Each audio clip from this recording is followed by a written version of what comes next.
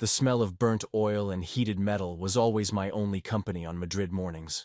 3 years ago, I commanded a €200 million automotive empire in the United States. Today, my grease-stained hands fix engines in a modest workshop in the city's industrial district. My name is Hunter Wells, and this is the story of how I lost everything to discover what truly matters. Betrayal has a bitter taste that lingers for years. Sophia, my ex-wife, and Damien, my former partner and best friend, orchestrated the perfect destruction of my life. Forged documents, manipulated investors, fraudulent contracts, all planned with Swiss watch precision. By the time I found out, it was too late. The empire I built with blood and sweat crumbled in a matter of weeks. I fled to Madrid like a wounded animal seeking its lair, not out of cowardice, but for survival. Here, no one knows Hunter Wells, the American magnate. I'm just another skilled mechanic who fixes problems others can't. The motores et milagres, engines and miracles, workshop became my refuge, my new identity, my rebirth. Vera, my assistant, was already here when I took over. A 60-year-old woman with calloused hands and a maternal heart. She accepted me without asking questions about my past. Maybe she sensed I carried invisible scars, or perhaps she simply respected the skill with which I disassembled the most complex engines. If you've ever been through a betrayal that completely changed your life, leave a like, because this story will show how destiny can surprise us when we least expect it. What you hear here is just the beginning. The complete, unfiltered stories with all the details you can imagine are available now. Check the link in the description right away. Madrid's industrial district has its own symphony. At 7 in the morning, when I arrive even before Vera, the sound of the first trucks mixes with the aroma of the strong coffee she religiously prepares. The workshop walls hold stories of resurrected engines, every tool hanging in its specific place, every workbench organized with the military precision I developed over the years. My routine is my anchor. I examine every vehicle that comes in here as if it were a damaged work of art. Other mechanics only see broken parts. I see complex systems that need harmony to function perfectly. It's almost meditative. The process of diagnosis, identifying the problem, the precise solution applied with tools that have become extensions of my fingers. I always eat lunch alone, sitting at a makeshift table between two workbenches, reading automotive technical magazines in Spanish. I learned the language quickly, more out of necessity than pleasure. I avoid personal conversations with clients, keeping interactions purely professional. It's safer that way, less complicated. The workshop became my sanctuary, a place where my competence speaks louder than my past, where I can be valued for what I do, not for what I lost. Every engine I fix is a small victory against the chaos my life had become. Here, I have total control, something I hadn't felt in a long time. Afternoons stretch until the natural light completely disappears, replaced by the fluorescent lamps that illuminate my work. Vera leaves at 6, always reminding me to lock up properly. I stay alone with my thoughts and the comforting sound of tools against metal. Tuesday, October 22nd, a date that will be etched in my memory forever. The deep roar of a powerful engine broke the morning routine like thunder in a clear sky. I looked up from the parts catalog I was studying and saw through the workshop's foggy window a red silhouette that made my heart race. A red Aston Martin DB11 pulled up in front of the workshop. Not just any red. That specific shade of cherry red that costs more than I make in 5 entire years. The engine was turned off, and the sudden silence seemed louder than the previous roar. Vera stopped organizing invoices and gave me an inquisitive look. Clients with cars like that usually go to official dealerships, not modest workshops in industrial districts. My first reaction was annoyance. Probably some magnate's son who wanted to show off or test if I was competent enough to touch his precious car. The driver's door opened with the soft sound characteristic of precision German engineering. A man stepped out of the vehicle, and I have to admit my first impression was one of complete contradiction. Tall, probably 6'1", wearing a suit that cost more than my 6 months' rent, but without the typical arrogance I'd expect from someone driving a car like that. His movements were elegant, almost feline, but there was something genuinely humble in the way he observed the workshop's facade before coming in. Perfectly styled brown hair, eyes that seemed to analyze every detail around him, and hands. His hands immediately caught my attention. Too clean, no calluses, none of the marks that manual labor leaves on skin. "Good morning," he said upon entering, and his voice had a polite tone that surprised me. I expected arrogance, but found genuine courtesy. "My name is Nathaniel Cross. I have a problem with the electronic fuel injection system, Nathaniel Cross. The name sounded familiar, as if I should know it from somewhere, but I couldn't make the connection. Maybe it was just the paranoia I'd developed over the past few years, always distrusting coincidences. Hunter, I replied, wiping my hands on a rag before shaking his. What kind of problem, specifically? He approached the workbench where I was working, and I noticed he didn't show the usual discomfort that people in suits feel in environments like this. His clothes were impeccable, but he seemed genuinely interested in his surroundings. The engine is losing power during hard acceleration, and there's an irregularity at idle. I've taken it to 2 different workshops, but neither could pinpoint the exact issue. Interesting. That wasn't the typical complaint of someone who knows nothing about mechanics. His terms were precise, technical, demonstrating real knowledge about the operation of high-performance engines. I can take a look, I offered, already heading outside, but I'll need to run some specific tests. As I approached the Aston Martin, I felt that familiar mix of admiration and nostalgia. I'd owned cars like this in the past, knew every detail of the engineering behind that mechanical beauty. The 4.0-liter twin-turbo V8 engine was an automotive work of art. "Do you mind if I observe?" Nathaniel asked, standing beside me as I opened the hood. "Doesn't bother me," I replied, connecting the diagnostic scanner. "Have you worked with engines before?" "A little," he said, and there was something in the way he pronounced those words that made me suspect he was downplaying his knowledge. I've always been interested in how things work. While the scanner analyzed the error codes, I started explaining what I was checking. To my surprise, Nathaniel asked intelligent questions, showing genuine understanding of the concepts I presented. It wasn't pretense or an attempt to impress. It was real curiosity. "The problem seems to be in the airflow sensor calibration," I diagnosed after a few minutes of analysis. "It's not something that will permanently damage the engine, but it significantly affects performance." "How long would it take to fix?" he asked, checking a watch that probably cost more than my current car. 2 hours, maybe 3. I need to recalibrate the system completely and make some fine adjustments. He hesitated for a moment, as if calculating something mentally. "Perfect. Can I wait here?" The question surprised me. Clients with cars like that usually drop off the vehicle and come back when it's ready. Nobody wants to spend hours in a car workshop. "Sure, but it won't be very comfortable. We only have a few old chairs and coffee that Vera makes too strong." He smiled for the first time since he arrived, and that smile completely changed his expression. The business seriousness gave way to something younger, more authentic. "Strong coffee doesn't bother me. And honestly, I'm curious to see how you'll solve the problem." There was something magnetic about Nathaniel Cross that I couldn't quite define. Maybe it was the combination of elegance and humility, or the way he showed genuine interest in my work without trying to appear superior.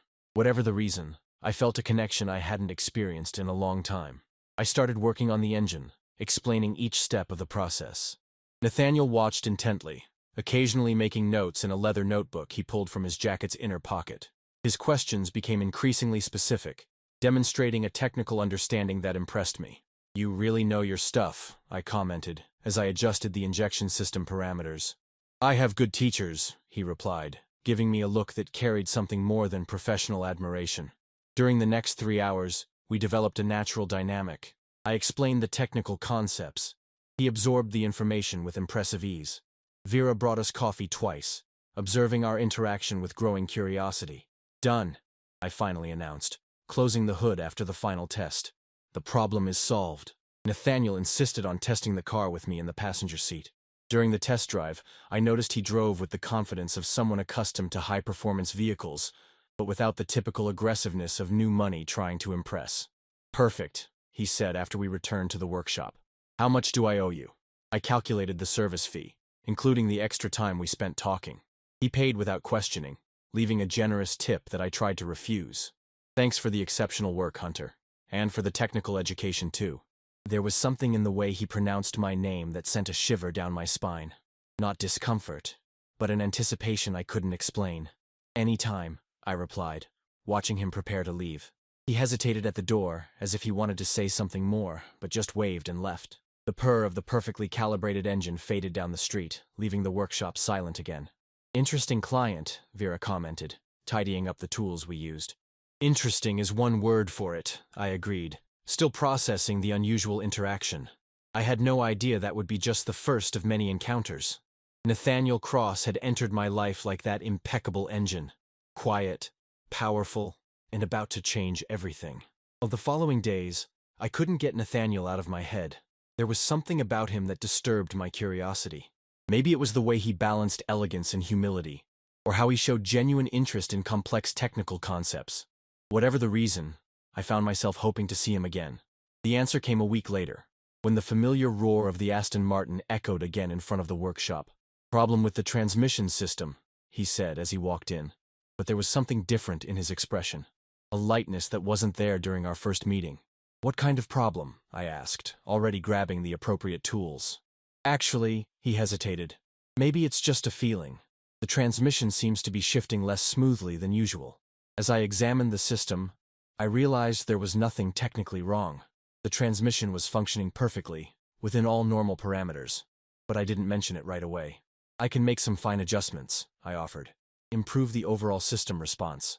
"You'd do that?" he asked, and there was something hopeful in his voice that made me suspect the transmission problem was just an excuse. "Of course. It'll take a few hours." "Perfect. Can I observe again?" And so began a pattern that would repeat over the following weeks. Nathaniel would show up with small problems with his car, some real, others questionable, and we'd spend hours talking while I worked. Gradually, our conversations evolved from purely technical to more personal. I discovered he had a genuine passion for precision mechanics, an appreciation for quality craftsmanship that echoed my own work philosophy. He revealed frustrations with professional pressures, without going into specific details, and I shared my philosophy on the importance of precision in everything we do. "There's something meditative about working with your hands," he commented during his fourth visit, watching me adjust a suspension system. "Exactly," I agreed. "When you're focused on solving a mechanical problem, the rest of the world disappears. It's just you, the tools, and the solution." "That must be liberating," he said, and there was a melancholy in his voice that made me look at him more closely. "Too much pressure at work?" I asked, trying to sound casual. "Sometimes I feel like I'm living several different lives," he replied, avoiding my gaze. "Like I have to be different people depending on the context." I understood perfectly what he meant. I also lived a divided life. The Hunter Wells of the past and the mechanic of the present were completely different people. "I get the feeling," I admitted. "Sometimes it's easier to be who others expect us to be than to show who we really are." He looked me in the eyes for the first time during that conversation, and I felt a connection that went beyond the physical attraction I was trying to ignore. There was mutual recognition there, as if we both carried similar secrets. Nathaniel started bringing gourmet coffee during his visits, always with 2 cups. I reciprocated by teaching him advanced automotive engineering theories, concepts he absorbed with impressive ease. Vera started making comments about the special client, who visited constantly, always with a knowing smile. During his 6th visit, as I explained the principles of aerodynamics applied to automotive design, our fingers accidentally brushed when he handed me a tool. The contact lasted only a few seconds, but it was enough to send an electric jolt through my entire body. "Sorry," he murmured, but didn't pull his hand away immediately. "Don't worry about it," I replied, my voice rougher than I intended. From that moment on, the tension between us became almost palpable. Gazes lingered longer than necessary. Accidental touches became more frequent. Conversations had pauses laden with unspoken meaning, but along with the growing attraction came doubts. Details about Nathaniel didn't quite align. His clothes were always impeccable and obviously expensive. His knowledge of international business was surprisingly deep for a simple investment consultant, and there were times he'd get calls that visibly tensed him up, always stepping away to answer privately. One afternoon, while he was in the bathroom, his phone rang on the workbench. The screen briefly showed "board meeting urgent" before going dark again. Investment consultants don't usually get calls from company boards. When he returned, he seemed more tense than usual. "Everything okay?" I asked. "Work stuff," he replied vaguely. "Sometimes I feel like my professional life is consuming my personal life. Maybe it's time to find a better balance," I suggested, without pressing for more details. "Maybe," he agreed, but his tone suggested the situation was more complicated than he let on. That night, after he left, I stayed in the workshop thinking about our growing connection. There was something about Nathaniel Cross I couldn't quite decipher, but I also couldn't deny the attraction I felt. For the first time in 3 years, someone had managed to awaken something in me beyond caution and distrust. The chemistry between us was undeniable, but we both carried secrets that we knew would one day have to be revealed. The question was whether our connection would be strong enough to survive the truths we were hiding. As I organized the tools for the next day, I allowed myself to imagine what it would be like to open my heart to someone again. The prospect was simultaneously terrifying and exciting. Nathaniel had rekindled something in me I thought I'd lost forever. The hope that maybe, just maybe, I deserved a second chance at love. Weeks turned into months, and our routine of meetings became the most anticipated part of my days. Nathaniel always showed up on Friday late afternoons, when Vera had already left and the workshop was just ours. That particular Friday, I noticed he arrived differently. There was a tension in his shoulders he couldn't hide, an exhaustion in his eyes that I recognized very well in myself. "Rough day?" I asked, offering him a cold beer I kept in the small workshop fridge. "You have no idea," he sighed, accepting the drink with a tired smile. "Sometimes I feel like I'm living someone else's life." The phrase echoed in my mind in a disturbing way. How many times had I thought exactly that myself in the last 3 years? The workshop was lit only by the work lamps, creating intimate shadows among the tools and workbenches. The familiar aroma of metal and oil mixed with the subtle cologne Nathaniel always wore. Something elegant, but not ostentatious. "Want to talk about it?" I offered, leaning against the workbench next to him. "Actually," he said, turning to face me, "I'd rather not think about work right now. I'd rather be here, with you, in this world you've built away from everything." The intensity in his eyes made me swallow hard. For months we had navigated this dance of mutual attraction, always stopping before crossing the line that would turn our friendship into something more. But that night, something had changed. The air between us was charged with an electricity that could no longer be ignored. "Nathaniel," I began, but he moved closer, closing the distance between our bodies. "Hunter, I need you to know that these months have been the most authentic of my life," he said, his voice low and laden with emotion. "When I'm here with you, I can just be me." I felt my heart race as he reached out, touching my face with a delicacy that contrasted with the strength I knew he possessed. His fingers traced the line of my jaw, and instinctively I leaned into his touch. "You make me feel that way too," I admitted, my voice rougher than normal. "Like I can let all my guards down." He moved even closer, our bodies now separated by just a few inches. I could feel the warmth emanating from him, hear his slightly accelerated breathing. The moment stretched between us like a thread of tension about to snap.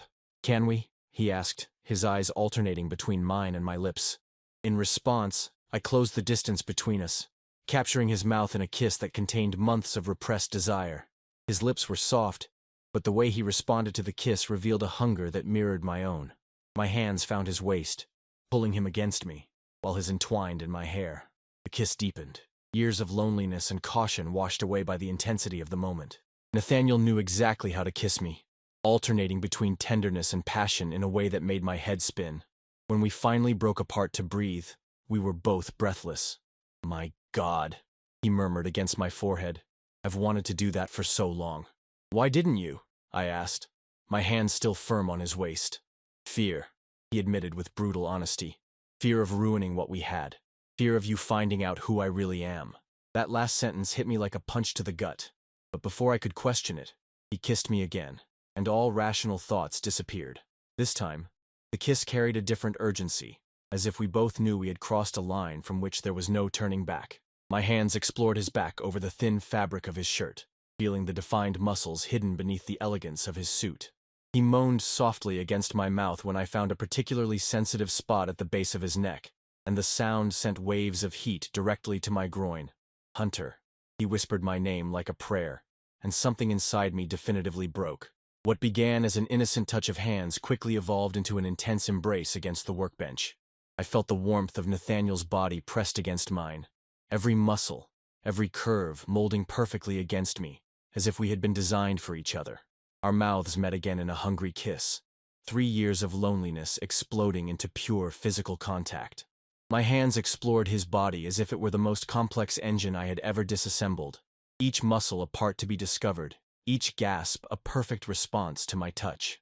Nathaniel removed my oil-stained shirt with precise movements, revealing a body marked by the hard physical labor of the past few years.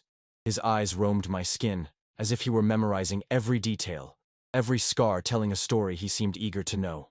"You're perfect," he murmured, tracing the lines of the muscles that workshop work had defined with his fingertips. "Far from it," I replied, but my voice failed when he kissed my chest, his tongue finding exactly the spots that made me arch.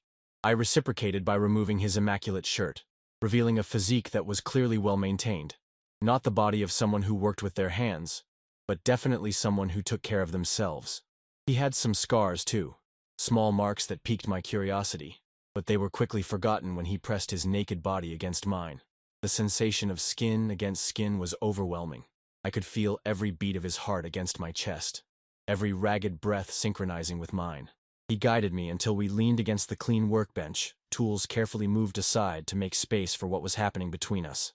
"Are you sure?" I asked one last time, looking deeply into his eyes. "I've never been more sure of anything in my life," he replied, sealing his answer with another kiss that made me completely lose control. The encounter intensified on the workshop bench, our bodies moving in an ancient dance that seemed choreographed by the gods. I led Nathaniel like an experienced conductor, each movement calculated to extract the sweetest sounds from his throat, while he responded like an instrument perfectly tuned in the right hands. Each touch was a discovery, each kiss a revelation. Nathaniel gave himself completely, without reservation, and that allowed me to do the same. It had been years since I had felt so connected to another human being, so present in the moment that the rest of the world simply ceased to exist. Our bodies fit together with a perfection that defied logic. Every movement of his found an immediate response in mine, as if we were two parts of the same mechanism finally working in total harmony. The rhythm we established was simultaneously urgent and delicate, passion and tenderness mixing in an impossible-to-separate way. The culmination happened with the intensity of two engines synchronized in perfect harmony. Every movement was a controlled explosion, every moan the perfect purr of a machine functioning exactly as it was designed. I felt Nathaniel tense beneath me, his body arching in absolute pleasure, and that carried me along to the peak of the mountain where for an infinite moment there were no lies, no secrets, no fears. Just pure truth expressed through the union of two bodies that fit together like pieces made specifically for each other. The climax hit us simultaneously, a wave of pleasure so intense that for a few seconds I completely lost track of where my body ended and his began. Nathaniel cried my name in a voice hoarse with satisfied desire, and the sound echoed through the empty workshop like the most beautiful music I had ever heard. We remained entwined on the workbench for long minutes, breaths gradually normalizing, hearts returning to normal rhythm. The sweat on our skin cooled in the night breeze that entered through the half-open window, but the warmth between our bodies kept any chill at bay. Nathaniel traced lazy circles on my chest with his fingertips, meaningless patterns that somehow made perfect sense. I kissed the top of his head, inhaling the scent of his hair mixed with the subtle cologne he always wore. "This changes everything, doesn't it?" he finally said, his voice muffled against my skin. "It does," I agreed, my own voice heavy with the weight of reality. "The question is, in what direction?" He lifted his head to look me in the eyes, and I saw there the same mix of hope and apprehension that I felt in my own chest. The intimate moment had broken all barriers between us, but it had also brought to the surface all the truths we had been avoiding. "Hunter," he began, "you need to know that I also have things to tell you," I interrupted him, not wanting to break the magic of the moment with confessions that could change everything. "But maybe we don't need to resolve everything tonight." He nodded, seeming relieved to have more time before the inevitable revelations. We dressed slowly, each movement laden with the awareness that something fundamental had changed between us. We were no longer just Hunter the mechanic and Nathaniel the consultant. We were two men who had shared intimacy in a way that made it impossible to go back. When he finally prepared to leave, the goodbye was laden with unspoken promises. The goodnight kiss was long and sweet, sealing not only the end of our first night together, but also the beginning of something we both knew would be infinitely more complicated than any engine I had ever fixed. "See you next week?" he asked, though we both knew the question carried much more weight than a simple appointment. "See you next week," I confirmed, watching him get into the Aston Martin and disappear into the Madrid night. I stood at the workshop door for long minutes after the sound of the engine faded into the distance, processing everything that had happened. For the first time in 3 years, I felt completely vulnerable, but also more alive than I remembered being since before the betrayal. The connection we established that night was undeniable, but I also knew it would come with complications that neither of us was completely prepared to face. We both carried secrets that would one day have to be revealed, and the question that would keep me awake for the next few hours was whether what we had built would be strong enough to survive the truth. I locked up the workshop and walked home through the deserted streets of Madrid, my body still carrying the memory of Nathaniel's touches. my mind trying to process how a simple car repair had transformed into the most significant experience I'd had in years. I knew my life had just taken a completely new direction, and for the first time since Sophia and Damien's betrayal, I wasn't terrified by the prospect of change. Nathaniel Cross had entered my life like that perfectly calibrated engine, quiet, powerful, and about to change absolutely everything. The following week dragged on in slow motion. Each day crawled by as if time had conspired against my growing anxiety. Nathaniel had sent me a message on Monday, explaining he had to travel to sort out urgent business matters, and would be back the following Friday. The goodbye had been full of unspoken promises. But now, with the distance and time, I started to question if it had all been real. Vera noticed my distraction and made a few comments about my mood, but I brushed them off. How could I explain that for the first time in 3 years, I had allowed someone to break down all my defenses, only for that person to disappear right after? On Wednesday, while organizing my tools for the third time that day, my phone rang. It was Nathaniel. "Hunter, how are you?" His voice sounded tired, distant, as if he were calling from another planet. "I'm good. You? How are the business matters?" There was a pause, too long, and I heard voices in the background before he replied. "Complicated. More complicated than I thought. Want to talk about it?" I offered, though I knew he'd probably refuse. "Actually, yes, but not over the phone. I need to see you." My heart raced. "I thought you weren't coming back until Friday." I changed my plans. "Can I stop by tonight? After the workshop closes?" "Sure. I'll be waiting." We hung up, and I spent the rest of the day alternating between anxiety and anticipation. There was something in Nathaniel's voice that unsettled me, a tone I couldn't quite decipher. At 8 o'clock, I heard the familiar roar of the Aston Martin, but when Nathaniel walked into the workshop, I immediately noticed something was different. He wore the same impeccable suit as always, but there was a tension in his shoulders, a stiffness in his posture that hadn't been there before. "We need to talk," he said without preamble, and my stomach dropped. "That's never a good sign," I tried to joke, but my voice came out strained. He didn't smile. Instead, he walked over to the workbench where we had made love a week earlier, resting his hands on the surface as if he needed physical support for what he was about to say. "Hunter, I lied to you. About who I am, about what I do, about practically everything." I felt as if an icy fist had squeezed my heart. "What do you mean?" "My name is Nathaniel Cross, that's true. But I'm not an investment consultant." He looked me directly in the eyes, and I saw genuine pain there. "I'm the CEO of the Cross Group, a corporate conglomerate worth billions of euros." The world stopped. Literally stopped. I felt the blood drain from my face as I processed his words. Billionaire CEO, Cross Group. Suddenly, everything made sense. The expensive clothes, the business knowledge, the urgent calls, the familiarity with luxury cars. You're a billionaire?" My voice came out as a strangled whisper. "Yes. And before you ask why I lied, it was because—" He hesitated, running his hands through his hair. "Because when you have the kind of money I have, you never know if people are interested in you or what you own. I wanted to meet someone who saw me just as Nathaniel." Anger started to simmer in my chest. Slow but relentless, like lava rising from a volcano. So what was I? An experiment? An anthropological experience? Let's see how the poor mechanic reacts? "No," he protested vehemently. "It was never that. What I felt for you, what I still feel, is completely real. More real than anything I've ever experienced." "Real?" I exploded, my voice echoing through the workshop. "You built our entire relationship on a lie. You pretended to be an ordinary guy while laughing at me behind my back. I never laughed at you. On the contrary, you showed me a way of life I envied. Your honesty, your simplicity, the way you found satisfaction in manual labor." His words tumbled out, desperate. "Simplicity?" The word came out like venom from my mouth. "You think my life is simple? That I chose to live this way for fun?" Something in my tone must have alerted him, because he stopped talking, watching me with renewed attention. "What do you mean?" he asked cautiously. And then something broke inside me. 3 years of secrets. 3 years of shame and humiliation. 3 years pretending to be someone I wasn't. The hypocrisy of the situation hit me like a speeding train. "You want to talk about lies, Nathaniel?" I began, my voice dangerously low. "My name is Hunter Wells. Maybe you know that name from the business world." I saw the exact moment it clicked for him. His eyes widened, the blood drained from his face, and he leaned more heavily on the workbench. Hunter Wells, the CEO of Wells Automotive Industries? Ex-CEO, I corrected bitterly. 3 years ago, I ran a €200 million empire in the United States, until my wife and my best friend decided they wanted it all for themselves.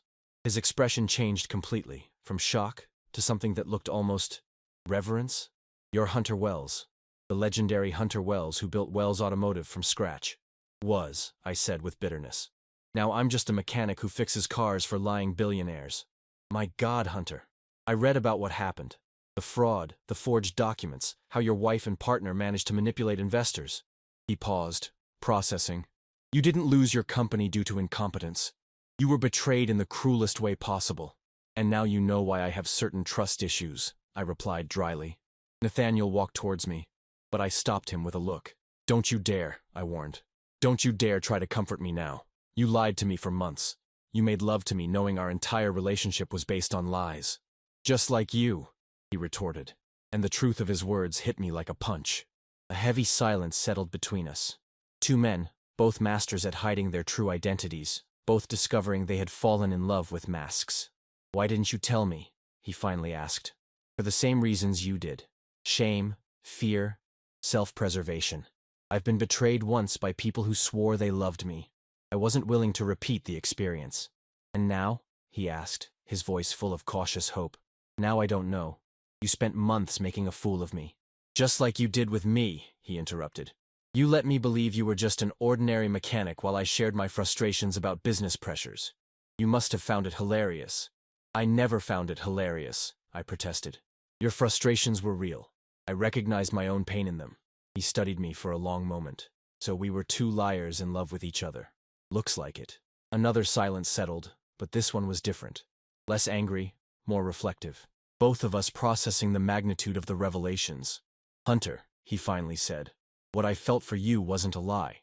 When I was here in this workshop away from all the pressures and expectations, for the first time in years, I felt completely myself. You gave me that. And you showed me that maybe I could trust again, I admitted reluctantly. Until I found out you were lying to me from day one. Like you and your fake identity? Touché. Nathaniel was right, and I hated to admit it. Where does that leave us? I asked. I don't know, he said honestly. But I know I don't want to lose you. Not now that I know who you really are.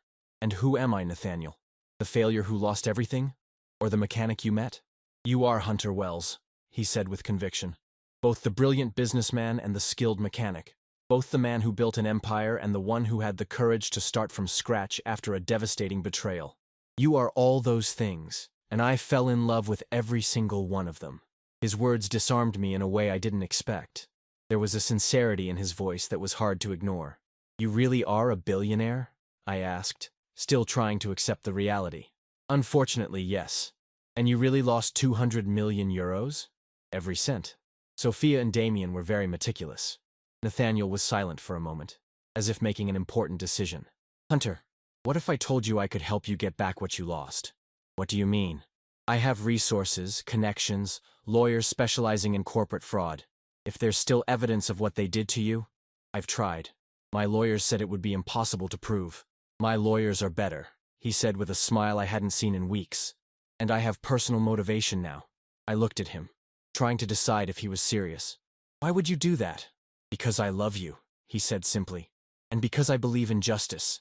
And because maybe, if we can solve the ghosts of your past, we can build a future together. The words, I love you, echoed through the workshop, like an echo of hope I didn't know still existed in me. You love me? I asked, my voice more vulnerable than I intended. Desperately. From the first time you explained how an engine worked with that passion in your eyes. From the first time you genuinely smiled at me. From when I realized you saw through all my masks and still didn't run away. I felt the barriers I had built around my heart begin to crumble. Nathaniel, I know I broke your trust. I know we have a lot to work through, but please, give me a chance to fix this. To show you that what I feel for you is real, regardless of how many zeros we have in our bank accounts. I looked at him. Really looked. I saw the man who had spent months visiting my workshop, not for status or money, but because he found peace here. I saw the man who was genuinely interested in mechanics not as a hobby, but because it represented something authentic in a world of corporate falsehoods. I saw the man who had made love to me with a tenderness that couldn't be faked. How would we make this work? I finally asked. You're a billionaire CEO. I'm an exiled mechanic. We're two men who fell in love despite the circumstances, he corrected. The rest are just details. I walked over to him, stopping a few inches away. I could see hope and fear battling in his eyes. If we're going to try this again, I said, it has to be with total honesty. No more lies, no more secrets. Total honesty, he agreed. Starting now. I've been in love with you for months, and the idea of losing you scares me more than any board meeting. I couldn't help but smile for the first time since our conversation began. Total honesty. I'm also in love with you, and it scares me because I don't know if I'm brave enough to risk my heart again. Then let's be brave together, he said, extending his hand. I looked at his outstretched hand, knowing that accepting it would mean embarking on a journey that could end in more pain, or in the happiness I didn't believe I deserved. But for the first time in 3 years, hope spoke louder than fear. I took his hand. 2 years later, I'm sitting in the office of Wells Cross Automotive in Detroit, watching through the panoramic window as employees arrive for another workday. The company Nathaniel and I built together has exceeded all expectations, not just financially, but as a symbol that second chances truly exist. Nathaniel's lawyers were as efficient as he promised. They found enough evidence of Sophia and Damien's fraud to not only clear my name, but also recover a significant portion of the stolen assets. More important than the money, I managed to regain my reputation and self-esteem. Our business partnership flourished organically. Nathaniel brought the capital and international connections. I brought the technical expertise and the innovative vision that had made Wells Automotive an original success. Together, we created something greater than the sum of our individual parts. But our personal partnership was even more significant. Learning to trust again wasn't easy, for either of us. There were arguments, couples therapy, moments of doubt where we questioned if we'd be able to overcome the initial lies. But gradually, we built something solid based on absolute honesty and genuine love. We got married 6 months ago, in an intimate ceremony in Madrid, in the same workshop where we met. Vera was my best man, crying more than anyone should cry at a wedding. The workshop remains open, now managed by one of my former employees, as a reminder of where our true journey began. Thinking about what? Nathaniel asks, walking into the office with 2 cups of coffee. How we got here, I reply, accepting the coffee and pulling him in for a quick kiss. By lying to each other, he teases, but there's affection in his voice. By being honest about our lies, I correct, and by discovering that true love can overcome even the most complicated beginnings. He sits on the edge of my desk, a gesture that has become as familiar as it is comforting. Any regrets? None, I reply without hesitation. You? Just one, he says, and my heart skips a beat. We should have kissed that first day in the workshop. I laugh, pulling him in for another kiss, this time longer. We had to go through all that to get here. The lies, the revelations, the rebuilding of trust. It made us who we are today. 2 reformed liars running an automotive empire, he summarizes. 2 men who learned that loving means being vulnerable, but that shared vulnerability creates the most powerful strength in the world. We look out the window together at our company running perfectly, the fruit of both our professional expertise and our personal love. Wells Cross Automotive isn't just a company, it's physical proof that second chances exist, that betrayals can be overcome, and that sometimes lies lead us to the most important truths of our lives. I love you, Hunter Wells, Nathaniel says, using my full name in a way that always makes me smile. I love you, Nathaniel Cross, I reply. My partner, my husband, my partner in all the adventures still to come. And as we kiss again, surrounded by the empire we built together, I know that our story proves that true love can overcome any obstacle, even those we create for ourselves. What you hear here is just the beginning. The complete, unfiltered stories with all the details you can imagine are available now. Check the link in the description right away. So, if you believe in second chances and the transformative power of true love, like this video and subscribe to the channel. Share your own stories of fresh starts and transformations in the comments, because we all deserve to believe that our happy endings are possible, no matter how complicated our beginnings. And don't forget to hit the bell icon so you don't miss the next stories that prove love always finds a way, even when we think we've lost everything. Until next time, and remember, sometimes we need to lose ourselves completely to find exactly where we belong.